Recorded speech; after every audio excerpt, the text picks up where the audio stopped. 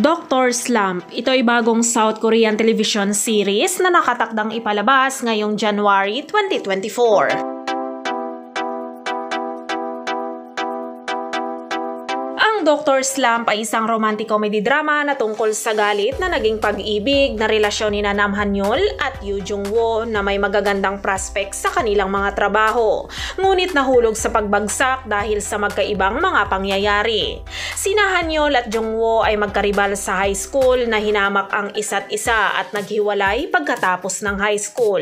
Ngunit nang napipilitan silang huminto sa kanilang mga trabaho bilang mga doktor, ay nauwi silang magkasama na tumira sa isang rooftop. Si actor Park Hyun-sik ay gumanap bilang Yoo Jung-woo, isang plastic surgeon na sikat ngunit nagdusa mula sa isang medikal na aksidente. Sa mga araw ng kanyang pag-aaral, palaging nauna si Yoo Jung-woo sa academics at nag-aaral siya sa nangungunang medikal na paaralan sa bansa.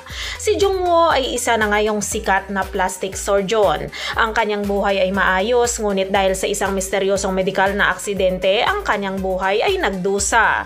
Sa oras na ito, nakilala niya si Nam Han-yol na isang karibal sa kanyang nakaraan at nakilala siya nito ngayon sa pinakamababang punto ng kanyang buhay.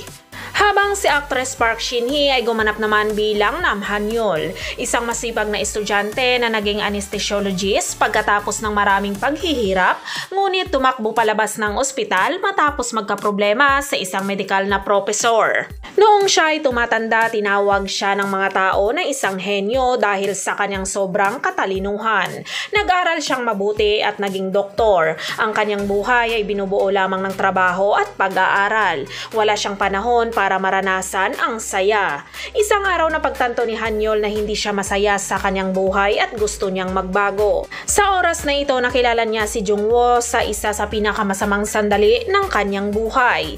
Inaliw nila ang isa't isa at namulaklak ang isang romantikong relasyon sa pagitan nila.